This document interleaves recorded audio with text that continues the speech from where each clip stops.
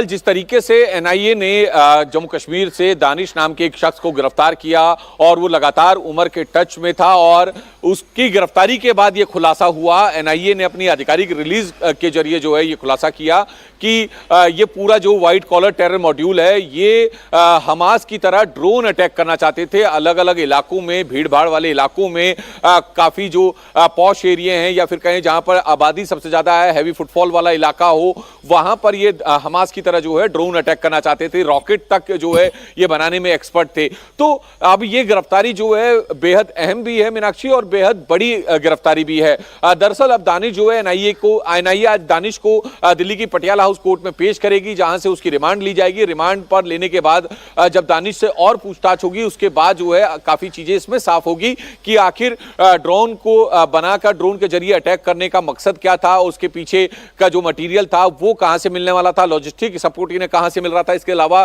Financial support कहां से मिल रहा था, क्या हवाला के जरिए पैसा मिल रहा था या जैश जो है वो किसी और चैनल के थ्रू जो है इन लोगों के पास पैसा भिजवा रहा था। तो ये तमाम ऐसे सवाल हैं जिनके जवाब जो है अब एजेंसियां तलाशने में लगी है। लेकिन ये जो दानिश की गिरफ्तारी हुई है ये एक बड़ी अहम गिरफ्तारी है इस पूरे मामले में, क्योंकि बाकी तो जो है व्हाइट कॉलर टेरर मॉड्यूल से जुड़े हुए लोग थे जो कि उमर के टच में थे, मुजम्मिल के टच में थे। लेकिन जो दानिश है, दानिश ने पूरे ग्रुप का जो मॉडस ऑपरेंडी था, जो मकसद था, जो आगे भविष्य में इनकी प्लानिंग थी, उसके बारे में जो है एनआईए ऑफिशियल्स को जो है पूछताछ के दौरान बड़े खुलासे किए हैं मीनाक्षी जी। इधर दिल्ली धमाके में गिरफ्तार लेडी डॉक्टर शाहीन को लेकर भी एक नई जानकारी सामने आई है।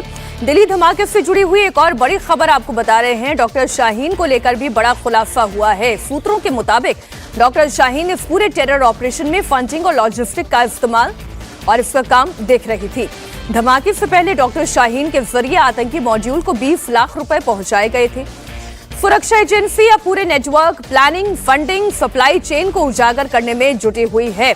यानी कि कहां से फंडिंग आ रही थी, शाहीन इसे मैनेज कर रही थी, लेकिन फिर आगे वो किस तक पहुंचा रही थी, लॉजिस्टिक सपोर्ट कैसे दे रही थी, धमाके के लिए जो 20 लाख रुपए की रकम जुटाई गई वो रकम कहां से आई और फिर किन किन हाथों से होते हुए इससे कैसे लॉजिस्टिक सपोर्ट तैयार किया गया, या फिर जिस केमिकल की बात हम लगातार इस खबर के खुलासे से हम कर रहे हैं वो केमिकल्स कहां से खरीदे गए, कैसे उनका इस्तेमाल होना था, ये एक बड़ी खबर है। तो शाहीन ने धमाके के लिए आतंकियों तक 20 लाख रुपए की मदद पहुंचाई। इसी बीच एक और बड़ी खबर आपको बता दें, इस पूरे आतंकी मॉड्यूल के तार अल फलाह यूनिवर्सिटी से जुड़े हुए हैं, ये तो आप जानते हैं, लेकिन अब इस पर जांच एजेंसियों का शिकंजा भी कसता चला जा रहा है। ये एक नई जानकारी है। अल फलाह के 25 से ज्यादा जगहों पर ईडी की छापेमारी हो रही है। दिल्ली में ओखला समेत कई जगहों पर रेड डाली गई। यूनिवर्सिटी के चेयरमैन को पुलिस ने तलब भी किया है।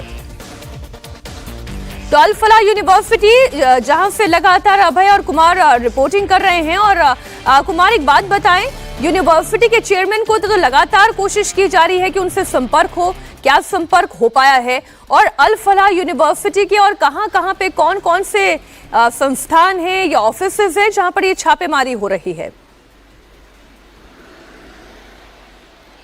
देखिए, मैं आपको बता दूं कि जो अल फलाह यूनिवर्सिटी या कहें अल फलाह ट्रस्ट का पूरा जो चेयरमैन है जवाद अहमद सिद्दीकी, वो बताया जा रहा है, जो सोर्सेज से खबर आ रही है कि वो क्राइम ब्रांच के संपर्क में है, पहली बात।